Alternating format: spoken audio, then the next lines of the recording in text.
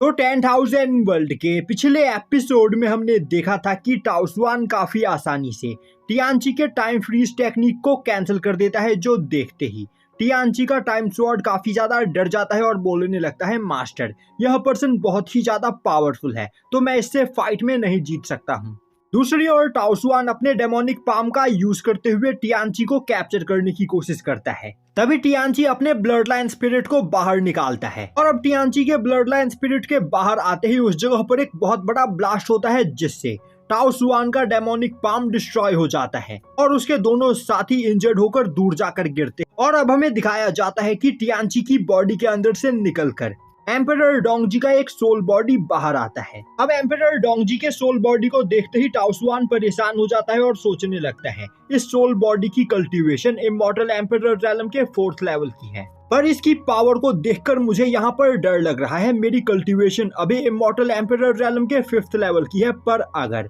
मैं इस soul body के साथ यहाँ पर फाइट करता हूँ तो मेरा मरना तय है। तभी एम्परर डोंगजी गुस्से में बोलते हैं, आखिर तुम्हारी हिम्मत कैसे हुई इस जगह पर मेरे डिसेंडेंट को बुली करने की? क्या तुम्हारे जीने की इच्छा खत्म हो गई है? यह बोलते हुए वह स्वॉर्ड रेन टेक्निक का यूज करते हुए टाओ जुआन के ऊपर अटैक कर देते हैं, जो देखते ही टाओ जुआन काफी ज्यादा डर जाता है और अब वह 7 लेयर बैरियर बनाते हुए उस अटैक को ब्लॉक करने की कोशिश करता है, पर उसके सभी बैरियर्स डिस्ट्रॉय हो जाते हैं। यह देखते ही टाओ जुआन की हालत और भी ज्यादा खराब हो जाती है और अब वह अपने दोनों साथियों के साथ उस जगह से अपनी जान बचाकर भागने लगता है। तभी एम्परर डोंगजी अपने स्पिरिचुअल चेंज का यूज करते हुए टाओ हुई को वहां पर कैप्चर कर लेते हैं और अब वह अपने स्वॉर्ड से अटैक करते हुए उसे मारने ही वाले होते हैं कि तभी टाओ हुई चिल्लाते हुए टाओ जुआन को मदद के लिए बुलाता है। अब टाओ जुआन अपने पास से एक डेमोनिक पपेट को बाहर निकालते हुए एम्परर डोंगजी के अटैक को ब्लॉक करने की कोशिश करता है, पर एम्परर डोंगजी के अटैक के पावर को वह डीमन पपेट भी वहां पर बर्दाश्त नहीं कर पाता है और उसकी बॉडी वहां पर डिस्ट्रॉय हो जाती है। और अब एम्परर डोंगजी अपने स्पिरिचुअल चेंज को अपनी ओर खींचते हुए टाओ हुई के दोनों हाथ पैर उखाड़कर उसे जान से मार देते हैं।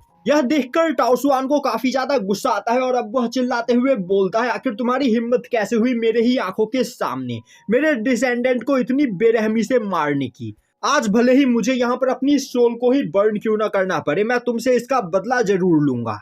यह बोलते हुए टाओ जुआन अपने पास से कई सारे डीमन पपेट्स को बाहर निकालते हुए उनसे एम्परर डोंगजी के ऊपर अटैक कर देता है। यह देखते ही एल्डर जियान परेशान हो जाते हैं, क्योंकि उन सभी पपेट्स की कल्टीवेशन भी इमॉर्टल एम्परर रैलम के 5th लेवल की होती है और अब वह सभी पपेट्स एम्परर डोंगजी को चारों ओर से घेर लेते हैं, जिसके बाद वह सभी पपेट्स एक साथ एम्परर डोंगजी के ऊपर अटैक करने लगते हैं, पर एम्परर डोंगजी काफी आसानी से उन सभी पपेट्स के अटैक्स को वहां पर ब्लॉक कर लेते हैं। दूसरी ओर टाओ जैंग इस मौके का फायदा उठाते हुए टियानची को टारगेट करने की कोशिश करता है, जिससे वह टाओ हुई की मौत का बदला ले सके।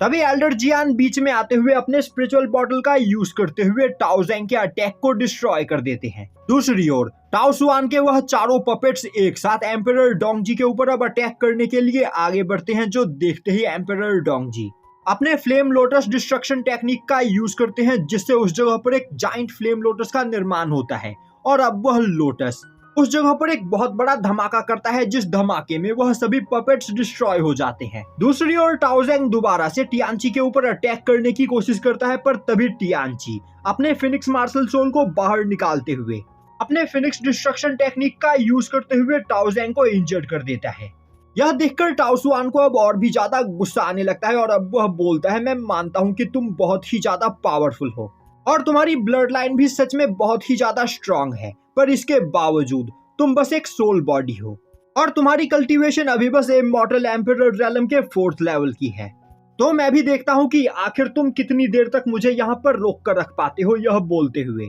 टाओ जुआन अपने पास से एक डेमोनिक कोल्ड्रेन को बाहर निकालता है और अब वो उस कोल्ड्रेन का यूज करते हुए टियानची के ऊपर काफी खतरनाक प्रेशर डालने लगता है, जिससे टियानची एम्परर डोंगजी को अनसमन करने के लिए मजबूर हो जाए। यह देखते ही एम्परर डोंगजी काफी तेजी से टियानची के पास आते हुए अपने एक ही अटैक में उस डेमोनिक कोल्ड्रेन को डिस्ट्रॉय कर देते हैं और अब वह टियानची के हाथ में मौजूद टाइम स्वॉर्ड को अपने कंट्रोल में ले लेते हैं और अब वह उस स्वॉर्ड के अंदर अपनी पावर को ट्रांसफर करने लगते हैं, जो देखते ही टाइम स्वॉर्ड काफी ज्यादा खुश हो जाता है। वहीं पर अब वह हंसते हुए बोल रहा होता है, मैंने कभी नहीं सोचा था कि मैं अपनी बॉडी के अंदर कभी इतनी ज्यादा पावर को सेंस करूंगा और अब मुझे ऐसा फील हो रहा है कि मैं बस अपने एक ही अटैक में इस जगह पर मौजूद सभी डीमंस को जान से मार सकता हूँ। और अब एम्परर डोंगजी टाइम स्वॉर्ड का यूज करते हुए सीधा डेमोनिक कोल्ड्रेन के ऊपर अटैक करते हैं, जिससे अब उस डेमोनिक कोल्ड्रेन के अंदर क्रैक्स आने लगते हैं। यह देखते ही टाओसुआन और भी ज्यादा डर जाता है और बोलने लगता है, भले ही इस सोल बॉडी की कल्टीवेशन इमॉर्टल एम्परर रैलम के 4th लेवल की है,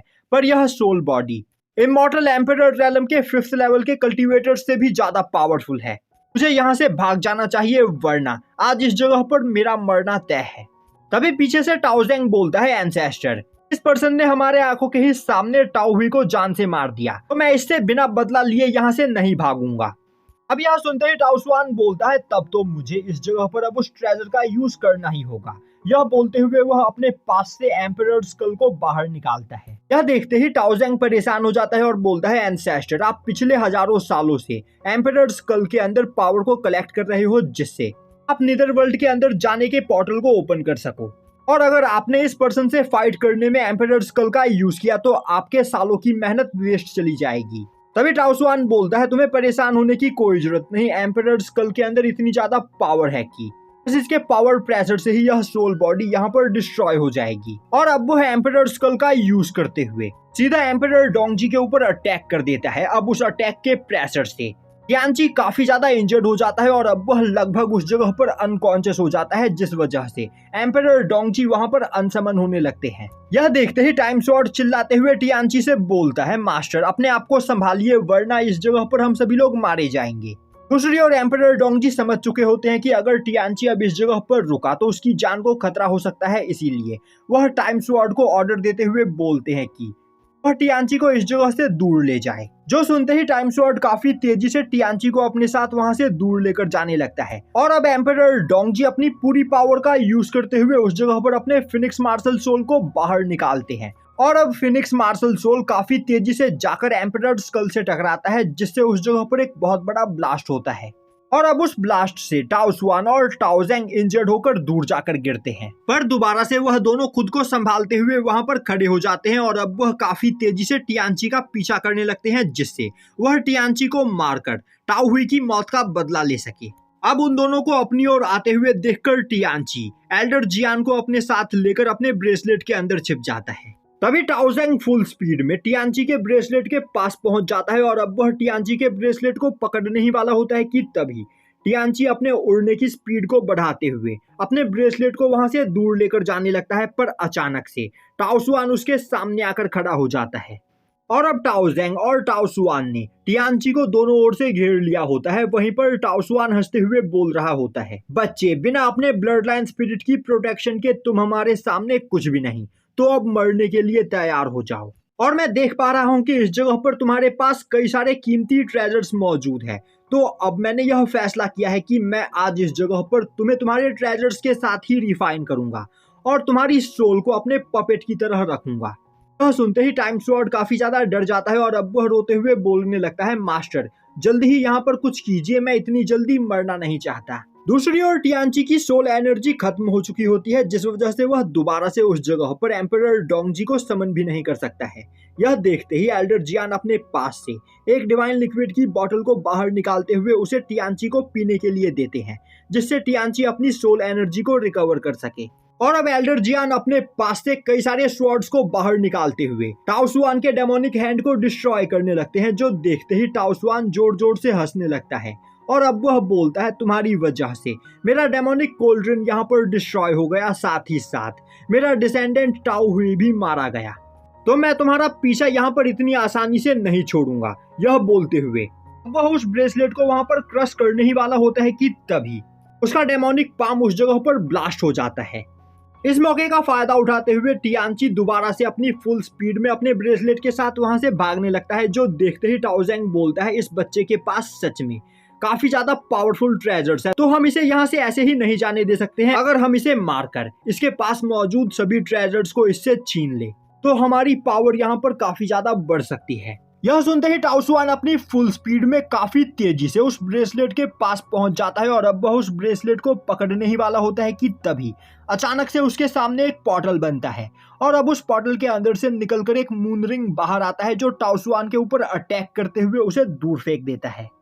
और अब उस पोर्टल के अंदर से चाओ क्विन एक सोल बॉडी के साथ बाहर निकलती है, जिसे देखते ही टाओ जुआन गुस्से में चिल्लाते हुए बोलने लगता है, आखिर अब तुम कौन हो और यहाँ पर तुम्हारी हिम्मत कैसे हुई मेरे काम में इंटरफेयर करने की। तभी चाओ क्विन का सोल बॉडी दोबारा से मून रिंग को कंट्रोल करते हुए टाओ जुआन के ऊपर अटैक करने लगता है।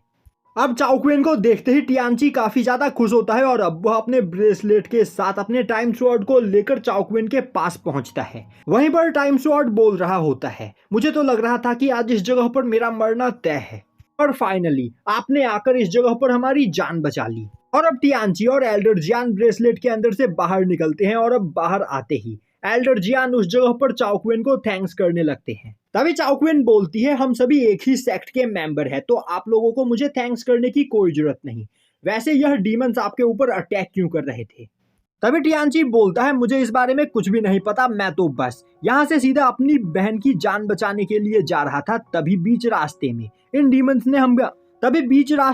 डीमंस ने हमारे ऊपर अटैक करना स्टार्ट कर दिया और मेरे ख्याल से यह डीमंस हमारे पास मौजूद ट्रेजर्स हमसे छीनना चाहते हैं। यह सुनते ही चाओ क्विन बोलती है, अभी तुमने क्या कहा? तुम यहाँ से सीधा अपनी छोटी बहन को बचाने के लिए जा रहे थे, आखिर तुम्हारी छोटी बहन कहाँ पर है? टियानची उसे बताता है कि उसकी छोटी बहन अभी डीमन स्टार रैलम के अंदर है। टियानची उसे बताता है कि उसकी छोटी बहन अभी डीमन स्टार वर्ल्ड के अंदर है और उसकी जान यहाँ पर खतरे में है, इसीलिए वह जल्द से जल्द अपनी बहन के पास पहुंचना चाहता है जिससे वह वहां पर उसकी मदद कर सके। अब यह सुनते ही चाओ क्विन सोचने लगती है, टियानची एम्परर डोंगजी का डिसेंडेंट है और अभी इसकी छोटी बहन की जान यहाँ पर खतरे में है, तो अगर मैं इस जगह पर टियानची की छोटी बहन की जान बचाने में मदद करती हूँ तो इससे टियानची मेरा शुक्रगुजार रहेगा, जिससे एम्परर डोंगजी के साथ मेरी फैमिली का अच्छा रिलेशन बन सकता है।